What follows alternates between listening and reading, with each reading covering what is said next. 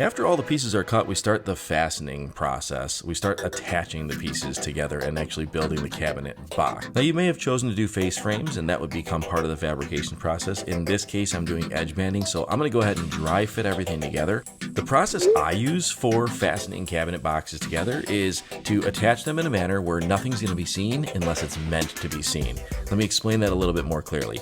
So I'm going to use a Craig jig or any other pocket hole jig assembly would work to fasten everything I can from the underside or from the back side with pocket hole screws.